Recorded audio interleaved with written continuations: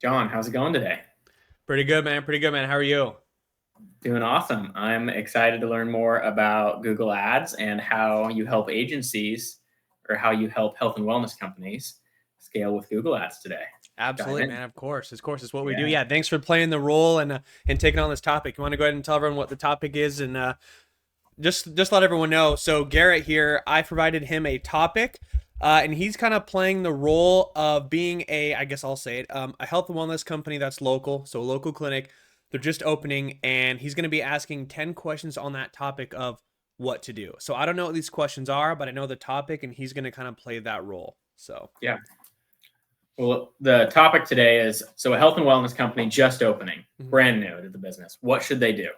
That's Okay. the overarching topic of today's discussion. But let's just dive in overall to that broad question today, John. Mhm. What should a health and wellness company do from an advertising standpoint? First thing they open, what should they be thinking about? That is a really good question. So I was thinking about this a little earlier, of course, right? Because I had a little bit of time to prepare for this topic, but again, I don't know any of the actual 10 questions you have. So my suggestion with that overall is you're going to be in a spot where people don't know you and people don't trust you. And of course, there's many ways to advertise, there's many ways to get clients or patients, but it really only comes down to a small handful of things, as we know. Every business owner knows there's really only a couple ways to get patients in the door. So when you're starting out, the number one thing I can say is right. So you're not going to have any trust on Google. So your Google My Business page is going to be new. So it's going to say that you haven't even been in business for a year. You're going to have no reviews and your SEO is nowhere. You're nowhere to be found on Google. So right now, running Google ads for you is not going to be the most effective. So if you Okay. have an unlimited pocket and you're like, hey, we're playing the 50-year game, we're in a roll up, we have unlimited, funds for the most part, sure, go ahead and hit everything. But I'm going to assume that most people are not in this position. So Google Ads is amazing, but it works best when everything comes together, right? Google Ads works phenomenally for taking people from good to great. It's a lot harder and more expensive to go from nothing to good. So in this sense, my biggest suggestion is going to be to just start off by forcing people to see you. So I would actually suggest that you do meta ads for this because on Google, right, that's when people are looking for solutions and they're going to be like actually looking for something. But since you have no credibility there, I would spend in a spot where you can force people to see you. And so my recommendation for that is going to be meta. I would hyper target and I would have, I know this is going to sound cliche because of the marketing space right now, but have a killer offer and expect to not make money on the front end of this. So if no one knows who you are, your goal right now is just to be getting people in no matter what. For instance, I'm in Scottsdale, Arizona. If I open up a med spa, I have 200 competitors. So on the front end, I don't want to expect to make any money from this offer. I just want to be getting as many people in the door as I can and keeping them for as long as possible because as time goes on, right, a lot of like for I know we mentioned health and wellness clinic, but I'm going to branch that down to a med spa, whether you're just offering aesthetic treatments or like weight loss injections. I'm just going to branch it all into there. um get people in the door with a crazy offer, give stuff away, do whatever you can, just honestly spend a lot of money just getting people in the door with no immediate return and keep them as long as you can because these treatments are stuff that people come back for. For instance, if it's face peels or if it's, for instance, I've had microneedling done on myself. I've gone 10 times. When people do a weight loss injection treatment, they're probably going to go for 6 months, right? So do whatever you can to get these people in and then build this list because a lot of people that I talk to, they always think they need ads right away and they don't realize that depending on how long you've been in business, you can so easily and so cost effectively text that list and get people back in the door. So right now you should just be building a list, giving stuff away, and then getting a review from every single person that comes in that door. Get a review from all of them. That's going to be your biggest advantage is going to be those. So I know that was a very long way to answer that question, but I'm really passionate about this industry, so that's my answer. Yeah, that was an amazing answer. And I wrote a lot of notes during that because I have so many questions to dive into. Okay. But just to reiterate that whole question. So the first three things is what I wrote down is okay, create your Google My Business profile, Yeah, number one. absolutely. SEO. So getting yourself SEO optimized essentially, and then meta ads. Those were kind of the three pillars that you talked about throughout that. Yes, but with SEO, I would be more particular. So yes, Okay. so you said SEO optimized, yes, but I want to make it clear. So I would focus on technical SEO, so like on-site Oh, SEO, and then local SEO. So I got it. wouldn't do any off-site SEO to start out with. Again, this is something you can do, but I know that right now in the culture of like med spas and health and wellness businesses, it's a lot of really small businesses. Maybe it's just one lady starting in a small suite. So funding, not a lot of businesses like this are in these huge roll-ups or are part of these large organizations. So I wouldn't necessarily start with SEO because it takes an extremely long time and you don't see results from it. So if you're just starting, you're probably already, I don't want to say in debt, but your expenses are already higher than your income because you have no income and you got a building, you have all these products, you built your website, etc. Got it. Okay, But that's good to know. yes, optimize the Google My Business profile and just get things ready for an optimal user experience. But yes, don't invest in offsite SEO yet, is my suggestion. Okay, great. And one of the main things you talked about there was building a list too. So how does a company go from not having a list to building their list? What are some strategies that they can do Yeah, to create absolutely. that list? So of course, like the classic is like tell friends and family, everyone about, starting that, of course. But beyond that, I would say running meta ads, right? Because again, you're going to be forcing people to see you. So it's like, hey, we're here. Anyone who's on Facebook and Instagram, which is probably most people, as we know, you're forcing them to see you. So the best way to go is going to be catching eye. And that's going to be giving away some stuff or having a crazy offer. And I know, again, in this space, that's really convoluted, but it is extremely important. You need to break the market big because there's so much competition, but there's also so many people that can, benefit from these services, and the market for these services is huge. And there's a million different ways you can, form an offer. So Yeah. that's the best way I would suggest. And then, of course, you want to have some kind of CRM, some CRM that you have more control over. So my personal favorite, of course, is going to be Go High Level. So I use what's called I guess it's powered by my agency, but it's called the Nurture Nest. It's like the CRM that we make for our clients, and we teach them how to use it. And it's just a white labeled version of High Level because I love High Level and I think it's extremely easy to use. And then I have control over it, so I can always help my clients. But it's make sure you have, whether you're doing Facebook forms or getting people in the door, just make sure that you're reporting all this stuff and keeping track of it accurately. So then you can always go back to those people because right now for you, it's going to be just honestly digging yourself a hole to reap the benefits of LTV. Got it. Okay. You talked about the offer being something that's really important and, kind of cliche. But everyone knows they have to have a good offer, but particularly in health and wellness, what is a good offer and what are you seeing working with your clients right now? That is a really, really good question. And when I'm on like discovery calls with potential clients, they always ask me this too, because everyone knows how popular it is in the space. So everyone's like competing for the offer. And unfortunately, right now, I know this is kind of a side tangent, but I really don't like the way that marketing is going because of these, massive gurus. Obviously, I love all those guys, but what they've done is they've kind of created a race to the bottom, right? Because right now it's like, okay, how can we give someone the most value for the least amount of money and have the quickest results? So it's like everyone's trying to like basically just like give everything away, or like stuff I get is like, we'll get you 560 clients in 30 days or it's free. It's like, okay, it starts to get extreme. So right now, what I see is the best is going to be it's creative offers. So regardless of like how much exact money it is, like that you'd be, getting away. It's like, for instance, it's like right now, what would be like super common is like getting, your first month free or like a first month discount on like a semaglutide 6-month treatment, right? Like that, yeah, like that is an actual like tangible thing that people can get a discount on. They can be like, okay, I'm saving $200, but it's like everyone is doing it. So what I see right now that's working the most is going to be creative offers. So like almost like bundling different things as like a whole package. Kind of like when you see like advertisements for like insurance, right? It's like almost like a bundle. And then make sure that it's stuff that people understand. And this might sound confusing too, but there's a lot of different treatments and a lot of different things that you can get done in some kind of health and wellness business. So make sure it's stuff that's popular enough that people understand, right? Because I know I'm trying to think of the exact. I have a client in Las Vegas, and they just recently got like this new machine. I can't even remember the name of it now, but I'd never even heard of it. And he's like, "We should give this away," and I was like, "I don't even know what that is." No one knows what it even Exactly, means. right? Because there's so many different names and so many Yeah. new things coming out in this industry all the time.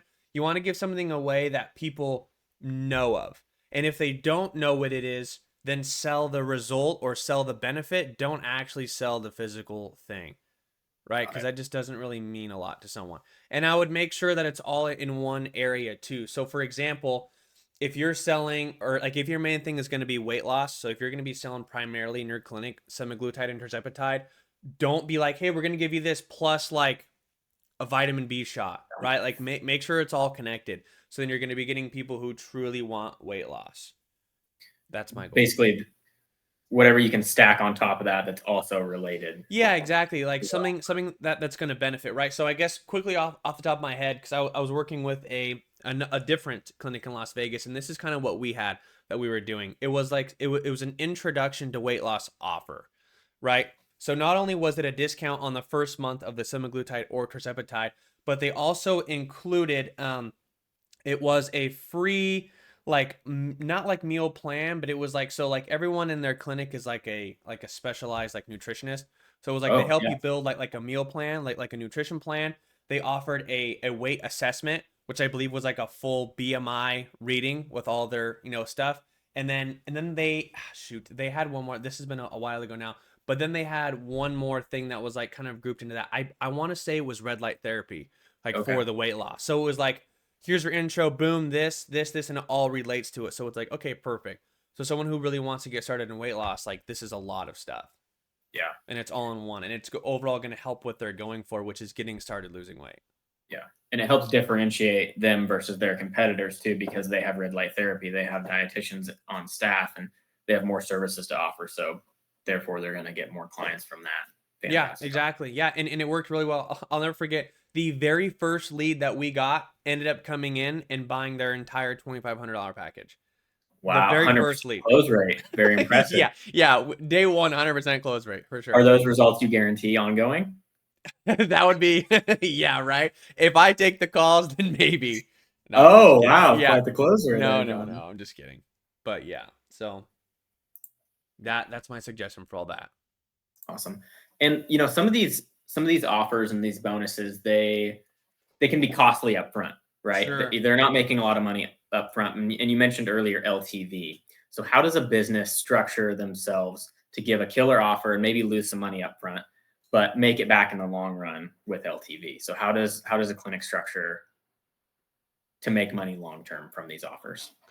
Good question. And I mean, honestly, I don't know if there's like a certain way to just make that happen with this, because I think it just kind of happens naturally. So unfortunately, just the nature of this industry in general, people just come back for the services, no matter really what it is, right? Like for me, another example I could use for myself is I had a lot of acne scarring, so I went and got microneedling, right? Boom, I went once a month for 10 whole months. Saw Yeah. massive improvements, but then also people use microneedling. So the same procedure that I got, they use microneedling for just anti-aging. So she's like, okay, great. We did 10 treatments, which is several $1,000s that I spent just right there. And then it's also like, hey, then come back like every couple months, come back every 6 months, just like stay on top of it, right? Like a lot of these things in this industry are not just like, another example of me is I got LASIK. LASIK is like a one-time thing, right? So that's a constant game of getting new patients. But naturally, if you can just master your follow-up and not having selfish follow-ups, but providing genuine value in your emails and your SMSs to your list, if you have obviously a good enough or I guess a service that people like to come into, they like the building, they like you, they like your nurses, and assuming your prices are okay, that should naturally get people just to return, as long as you're just building those relationships. Just because, again, due to the nature of the industry, a lot of these services are recurring just in general. When Got it it. comes to anything aesthetic, it's typically not permanent regardless. Okay. So basically, like once you get it, and it depends on the service that people are offering, right? Like you Mhm. said, LASIK's going to be a one time, but whereas microneedling is more of you sell them on a package, right? They think they come in for one maybe, and they really need 10 microneedling sessions to get the result that they're looking for. So it just depends on the service and how you'll structure that offer essentially. Yeah, exactly. And I guess that's why that I stress so much about going super hard at the start and like not being super scared to just spend more money on this, is because we know the LTV is just so big, right? Yeah. Like I know Yeah. I keep referring back and forth to these two clients I have in Vegas, but I'm just working a lot with them right now. But one of the ones I'm working with in Vegas, like she has every month she's getting about 40 to 50 new patients in for the semaglutide. And then still just based on that, like those, that's just the new. And then she's got about 250 of recurring that just come in again. It's like Wow. that can Yeah. stack so quickly, right? Yeah. So if you spend, I mean, obviously, of course, it's all about calculating the LTV. But that's why when I mention or when I'm talking or having a discovery call with a weight loss injection clinic, I always ask how long do people typically stay on the program for? Because of course the whole program is 6 months, but not everyone gets everyone for 6 months. That's just Yeah. part of the game. So I have some clinics tell me 4 months. So it's like, okay, so if your service is $300 times the four, so your average client's gonna be worth $1,200, assuming they don't get any other cross sells, right? So Yeah. we just kind of base it from there. But Okay. Well, and you mentioned follow-ups in there too, and something I noticed you said is value follow-ups. What does that mean, and how should a clinic be structuring their follow-up system? yeah, that is a very good question. I just recently helped a client with this too, and we reduced their no-show rate dramatically, very easily. So one thing that I think, or the one thing that I think and see that a lot of clinics are missing out on and not taking full advantage of is just follow-ups. Especially if your online booking system doesn't take any payment, right? That's typically going to lead to a higher no-show rate, but it's going to lead to a higher opt-in rate because there's less friction. If they don't know you, they don't know who you are, they don't trust you, they've never been to your clinic, it's a lot easier to get someone to book if they don't have to enter their card information. A lot less friction, but then there's nothing holding that person accountable to actually go into the appointment, right? So for example, with this last client I'm talking about that I worked with, or I am working with, but we solved this problem, was we calculated, okay, she has a 50% no-show rate. That's a Wow. lot. But when you get over 100 bookings a month, it still ends up being really good. But it's like, okay, so we first started working on ads because that's what, that was my offer, was just running her Google ads. And we get that going. And I'm like, okay, so these are going okay. I'm maintaining them. But what can I do to, honestly, it's going to sound selfish on my end, but it's kind of not. Like, what can I do to make my services more sticky? How can I implement myself more into her business and not just be the Google ads guy? So with her, I kind of took a more fractional CMO approach and was like, I want to never get fired from you. I want to be able to have this client forever. How can I add more value that's gonna, enable me or encourage her to keep me forever? And that's just gonna be making her more money. And there's a lot of services, that agencies can offer. And this comes back to how we solve this problem. Is there's a lot of health wellness companies right now that are just following up with people, right? For example, how we fixed her no-show rate by 20% almost instantly was just the fact that I looked in her system in her CRM, and they have a company called Tebra, not to not to say their name, but I'm not a huge fan, so I'll say their name. They are just, all they're doing is, so when someone books the online appointment, they get a text instantly, hey, Garrett, you just booked, here's your time, we'll see you then. And then an hour before that appointment, it just says, hey, Garrett, your appointment's in 1 hour, we'll see you. That's the definition of completely useless and selfish follow up. And especially when you're taking a booking system where someone's not paying, that's not enough. Just because someone booked the appointment doesn't mean they're coming in, obviously. So, what you need to do is you have to create a follow up system that adds value and isn't selfish. Saying, hey, we'll see you in 1 hour, that's selfish because we know we want you to come in, we want you to be a patient, we want to take your money, we want to service you. Selfish follow up. Give people a reason to actually show up to their appointment. When they have no stake in it, who cares? If the slightest thing follows up, I'll just reschedule. But you want to get people excited to follow up and remind them of why they did it and show them that this is for them and that this is going to solve the actual problem they're looking for. So, for an example of weight loss, is just setting up almost framing like follow ups, right? When someone, whether it's SMS or email or both, I always recommend SMS just because the open rate is dramatically higher. Just have like, even so, for instance, this client is only doing bookings like 5 days out, or I think it's a week out exactly. So people don't just like book super far and then forget about it. So this is perfect. Send someone something once a day and just pick on different points. For example, send a testimony the next day. Hey, so and so, we're excited to see you on this time. We wanted to share a quick testimony of, so and so who joined our clinic however long ago. They did this many treatments, and here's the results they saw. They've never been more confident with themselves. They've never been, selling the actual result. That right there is like, okay, wow, okay, this is for me. This is why we're doing this. This company has helped people before that are in my similar spot, blah blah blah. People do that whole connecting in their head themselves. Boom, then maybe throw another one of like why that they're choosing this medication, or like talking about other forms of, weight loss. And then maybe the next one is talk about your reviews, talk about how long you guys have been in business, right? There's so many different things, but just add value. Give people a reason to show up to the appointment. Don't just say, hey, we're excited to see you and serve you and make you a patient and take your money.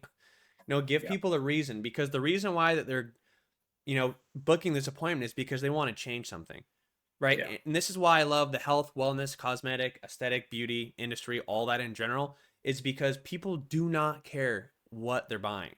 They're buying a result. They don't care what these long semaglutide or zepatide medication words are. They want a solution. So sell them the solution. Got it.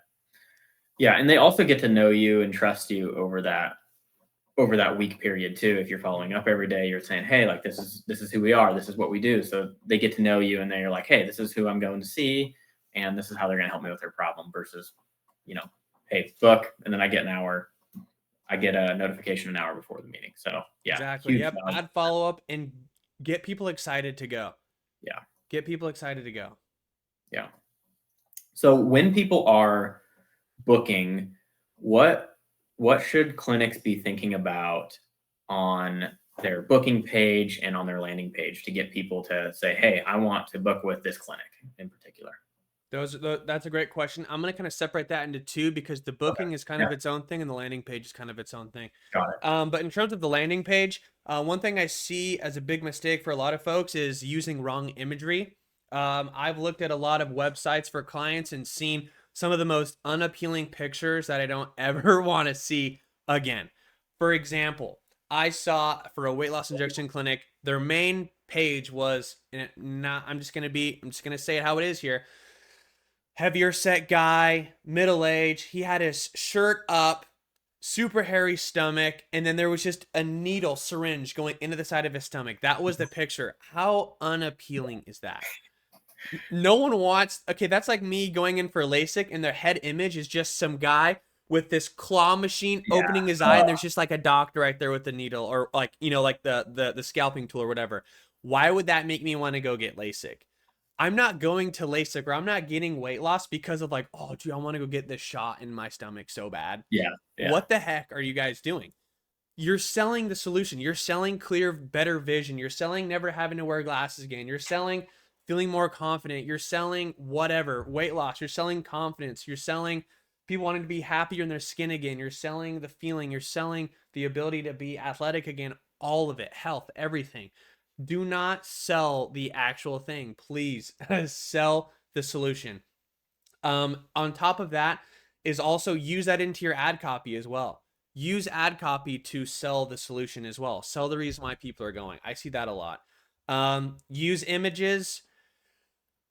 Make sure your structure is good on your landing page. Don't just do super long form paragraph style content, or I guess a layout, but just make it more interactive. Use images, use headlines because people are going to read the headlines, use sub headlines, use paragraph text, use a combination of all of it. Don't just make it a black and white paragraph read, but like make it exciting.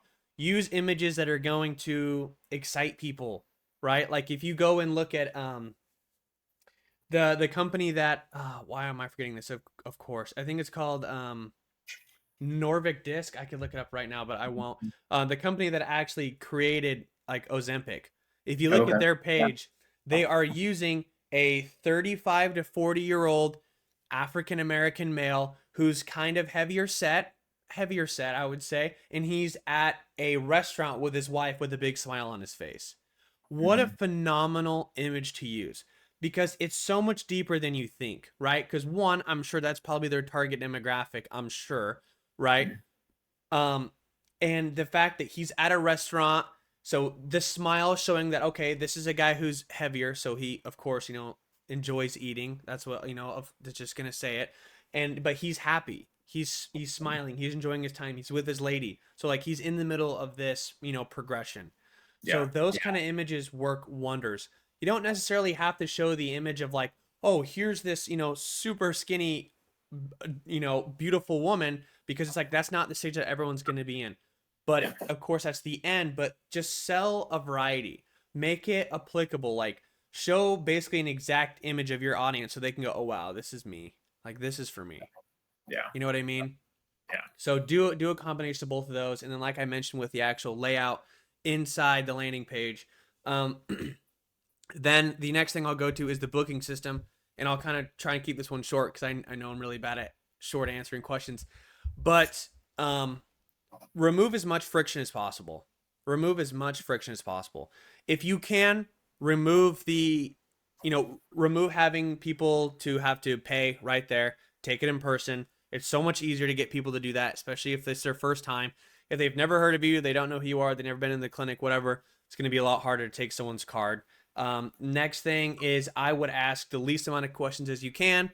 Again, this just comes down to removing friction.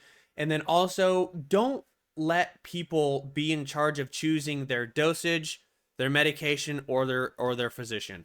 Those things drive me absolutely nuts because no one knows, right? If it's a recurring patient portal, that might be different. But what we're talking about right now is it's not. So don't let someone decide if they should be doing semaglutide or tirzepatide. They're not the experts. They don't know. Don't let them decide, oh, do you want, 0.5 mgs, 1 milligram, 1.5? Don't let them decide that. And then, okay, who's your physician? Here's a list of our 5 nurses. No one, don't let them do that. Make your booking process as quick, as easy, and as frictionless as possible. And then worry about people once you actually have them, because now you have abundance. So then you can at least fill your top of funnel really big, and then you can just go like this. But if you're removing the desire for people to be actually booking, you're going to end up making your top funnel look like this, and it's going to go like this. So start big. So what do you say to clinics that say, John, I don't know about these changes to the booking page. There's going to be too little friction, and therefore we're going to get too many low quality leads. Well, define low quality. Let's say there's people booking that just aren't qualified, and it increases their show rate, like or their no show rate, and it's not a good solution for them.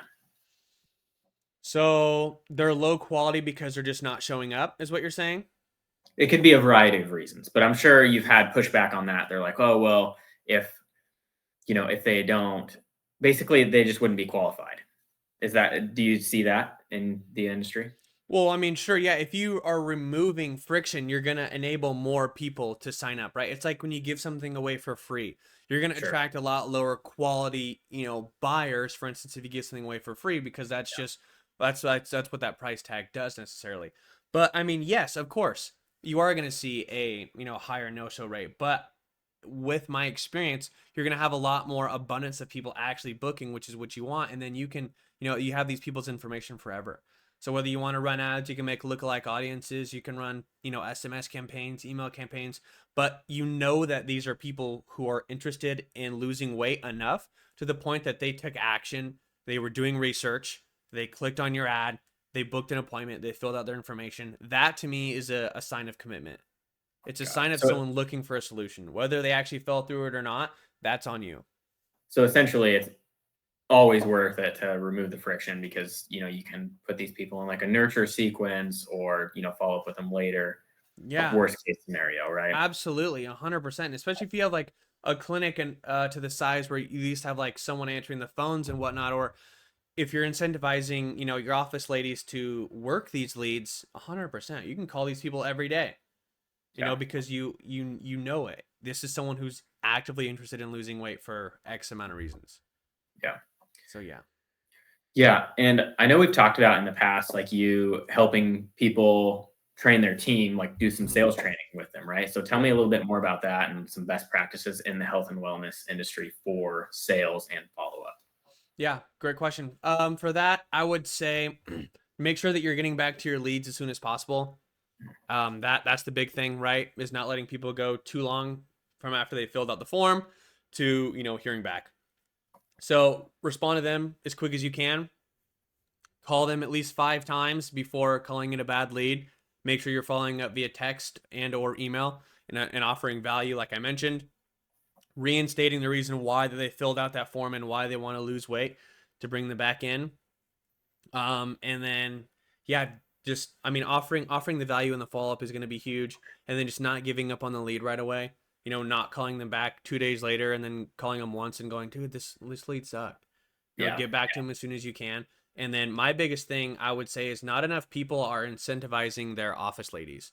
Oh wow. Not Okay. enough. I mean, it's just like, hey, your job is to answer the phones, do this, that, right? But in this industry, it's a lot more than just that.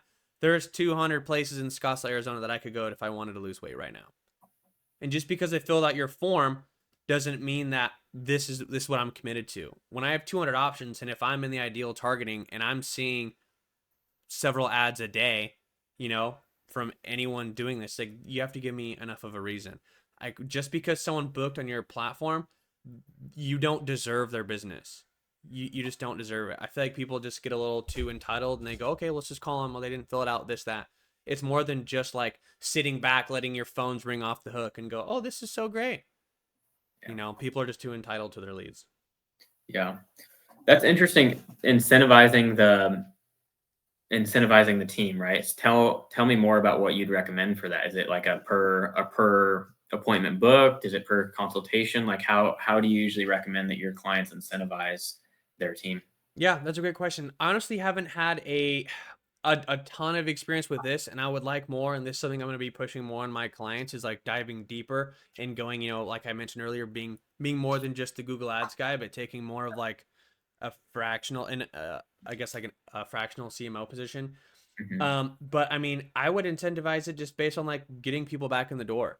Because the thing with this is like once you get people in the door, the opportunities are endless, right? The LTV, and these people might not even know exactly what they want. So just depending on what you're offering, whether it's like a consultation or whether it's the first treatment or whatever, I mean, I would make it on getting people back in the door because if you're an office lady and your job is just to call people and answer the phones and whatnot, and you're not actually selling or doing any of the actual services once people are in, then your job is to get people back in, and then the nurses or you know whoever is actually performing the services and like actually like selling the products, that's Mhm. kind of a whole different level because it's up to them, right? Yeah.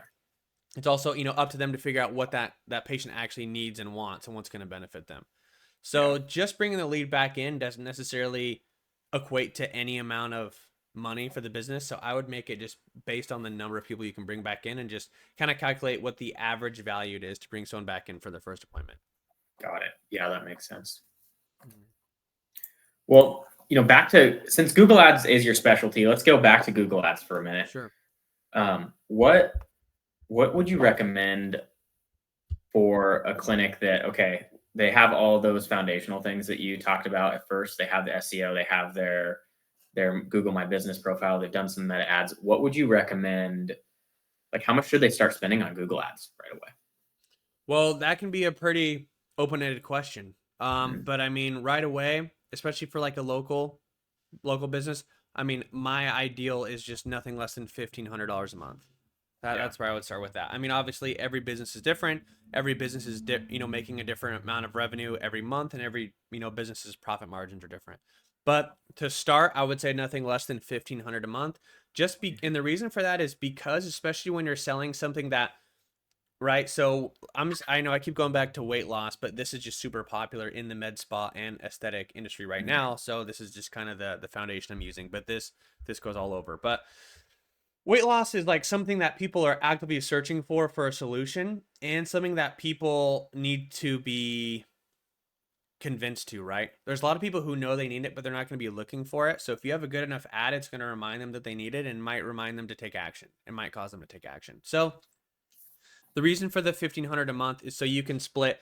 So 1,500 a month is $50 a day, and so you can put $25 a day into a search campaign, and then $25 a day into a performance max campaign. So just because of this industry, I recommend always trying both at the start. And if you're only spending 1,000 a month and you have like 1,650 and 1,650, that's just almost too low to really test it. You're kind of getting closer to $10, which is just not enough to see anything. So if you're a clinic that has all those other things, you know, in place, like you mentioned, and you guys are generating revenue, don't do anything less than 1,500. You know, like just one person or two or three people coming in a month for this, you know, is going to be breaking you even on spend. But if you're in growth mode, much more. Yeah. No, that's good. You've over the years you've audited dozens of Google Ads campaigns. Mhm. What are the top 3 mistakes that you see most health and wellness companies making in their Google Ads? Amazing question, man. So one of my biggest sell points on like why my agency is different and why we're able to provide superior results for our clients is because I see a lot of agencies and just people in general who are just running Google Ads who set up the campaigns and they almost like set it and forget it or cookie cutter, which is fine because it makes sense, right? Because people know how to set it up effectively, people know how to get it running. Boom, now let's see how it goes and then kind of adjust from there. But people almost aren't breaking it down enough. So make every single ad serve a different person. And this is again why I love the health, wellness, cosmetic, beauty, aesthetic, that whole, industry, is because of the emotion and the cognitive biases behind why people are wanting these services or these products, right? So for instance, I'm just going to use this exact client as an example, and then can kind of paint the picture for anyone else, right? So I recently audited it was a company that's selling like an all natural protein bar. So it's a protein bar that's like primarily for women. It's like, it's paleo diet friendly, keto, vegan, gluten free, dairy free. Like it's supposed to be like for women to like, it's eating healthier and still getting protein, blah, blah, blah.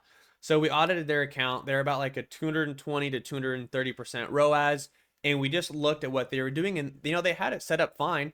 But what they were doing is they weren't separating or segmenting their copy to appeal to different types of audiences. So when they started their company, they go, hey, we're going to make a protein bar for women. So we're going to put women all over the website, women all over all the images. We're going to make, the bar, we're just going to make it, make it look like it's more designed for women. Like I'm sure if you put this bar next to like like a super like gym bro protein bar, you'd be able to tell like, okay, which one's a gym bro going to buy, which one's a woman going to buy, right? It's obvious. But what they were doing is they were only testing a couple different types of ads and copy, but it was just going to the same people. So when you look at that, you can only get it's kind of hard to get real data from an exact headline or description itself. It's just way easier to get the data from a whole ad. So they weren't really like getting any data that's going to help them like move into a different direction to like capitalize. So what we did is we immediately just paused that and we just broke it down into several different types of ads. So we used, search terms. So they were doing a shopping PMAX campaign. So we were able to do asset groups. So each asset group has their own search themes, which is like basically keywords. And we set up five different types of asset groups with different search terms that people would be looking for that would each be for a different type of audience. And then we matched those keywords in those asset groups up with headlines and descriptions that would appeal to those. So long story short, we split it up between women. So the demographic was only targeting women and all the headlines and descriptions were towards, women.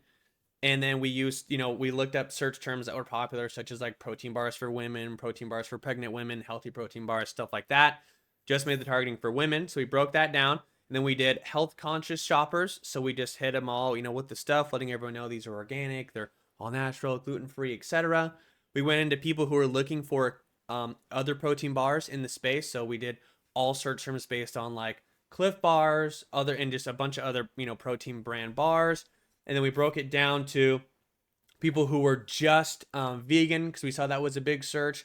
And then we actually revamped the first one that they had, right? Because we didn't want to just completely shut off and get rid of the ad group that they were running because that's where all their ROAS was coming from. So we didn't want to shock it. So we just kind of tweaked theirs a bit as well. So as far as I can remember, unless I'm forgetting one, that was primarily how we brought it. Oh, and we did a general one. So just people just generally looking for protein bar. So not anyone in specific.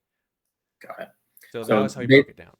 Yeah, basically the top 3 mistakes. There's people are setting it and forgetting it. They're not separating their audiences and they're not testing different copy essentially for yeah, and all those kind of tying together. I mean, there's a lot more advanced strategies you can do, like looking at the age, of people who are like actually converting, looking at the demographics, looking at the gender, looking at what time, right? We were able to capitalize big for a weight loss injection company because we noticed that a lot of women who were aged 35 to 45 were looking for the solution from 7 p.m. to 11 p.m.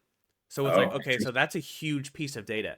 That's telling us that there are women who are, I'm going to say in bed, laying down, before they're about to turn off their device, they're scrolling and they're just kind of like having those late night thoughts and like looking for an active solution.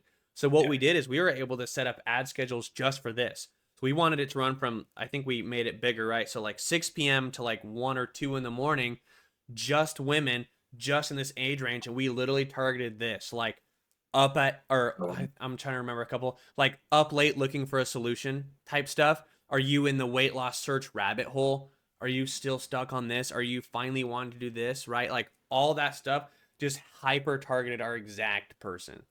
And we Yeah. were able to see extreme success from that because we just became more intentional with our ads, more Yeah. intentional. It sounds like, I mean, when we first met, I kind of thought Google ads were like, oh, you just like turn on Google ads and they run and they do their thing. They either work or they don't work. But I mean, there's so much tweaking that you can do within a Google ad to help make it, turn it from good to great, to use your term earlier, right? Sure. I mean, this is a lot of work to separate all these ads, to make different copies for your target audience. And like, this truly does require a professional to take a look at it and optimize a campaign properly. Yeah, man, absolutely. I mean, of course, like if you just watch a couple of videos, you can set up a campaign. You can set it up for sure. Yeah. Absolutely. And you can just see your luck with that. And like that's what I see like a lot of these smaller clinics doing is like if it's one lady or a couple ladies, they'll just set some stuff up. And then if I talk to them, they go, oh yeah, we tried Google ads and it didn't work. And Yeah. then I go, and this is when I dig deeper and I go, okay, well, what does didn't work mean? Come to find out, it's like, okay, well, we didn't really know what we were doing. We were just doing it. We watched a couple things. And then I go, okay, got it. So it didn't work because you guys were doing it and you don't really know how to do it. Is that right? And then it always comes back to, okay, yeah. And it's like, okay, got it. So Google ads do work. You just may not know how to do it, which is totally fine because I get it that Google ads might not seem super complex, but over the years, it has dramatically changed.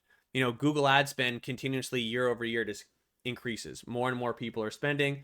There's never been more advertisers on Google ever. So they're constantly updating and it's a whole different beast now. Yeah.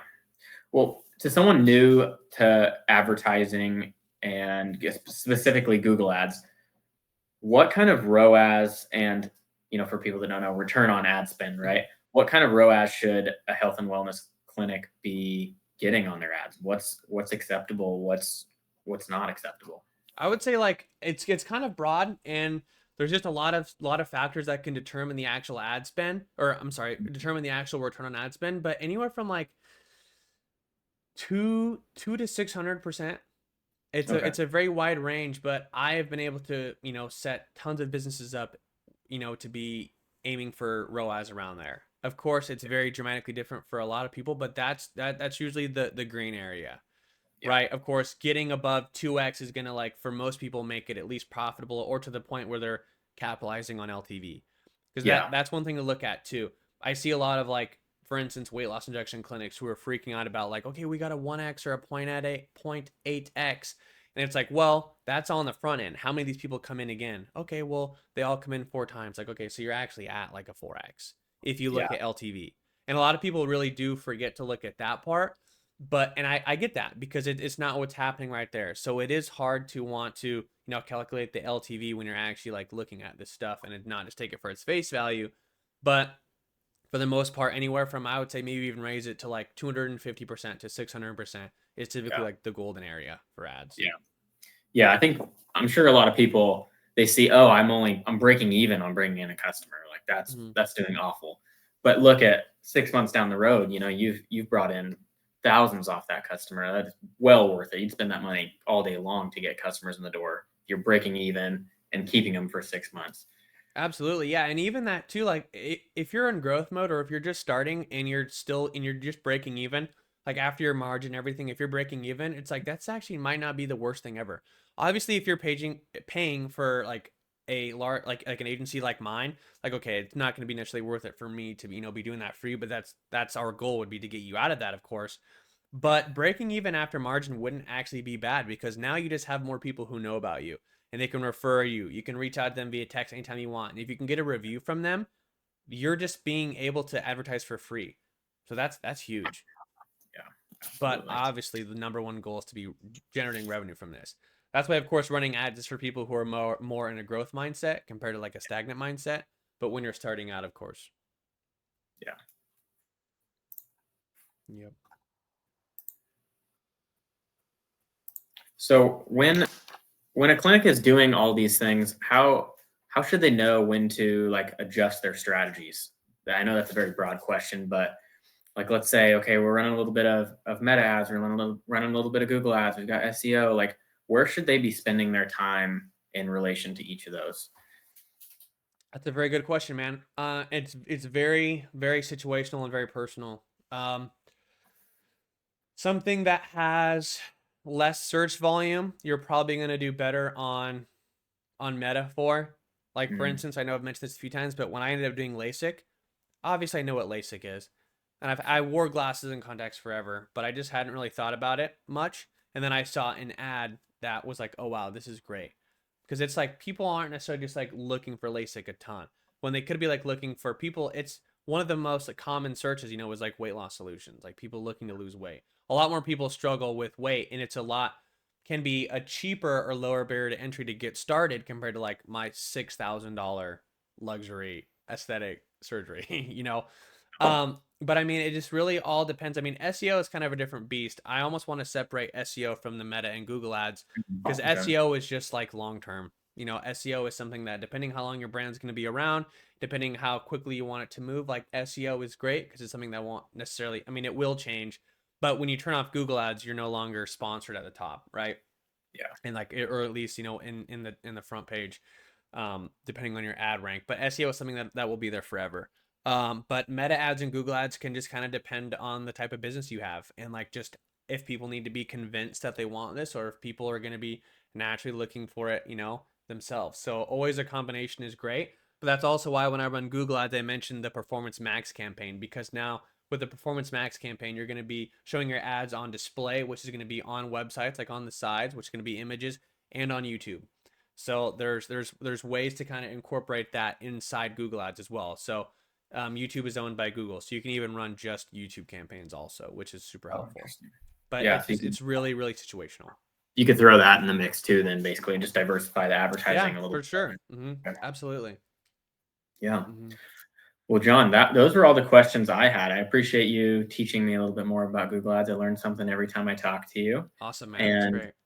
where, if if you're a health and wellness company, where can they reach out to you and learn more? Yeah, great question, man. Yeah, I appreciate that. And of course, thanks for taking time to play this role and do some diving on your own end and come up with some questions to see if you could stump me, or just see how I can just give raw value to people. But you can find me my I mean, I'm gonna be posting a lot more on my socials, but my main one is my Instagram, which is just at Johnny Eberhard, which is JohnnyEberhard. Same thing with my YouTube, and then my website, of course, which is just eberhardmediamarketing.com. So Great. Okay. Well, thanks for taking the time, John. okay, absolutely, man. Thanks a lot. Appreciate that.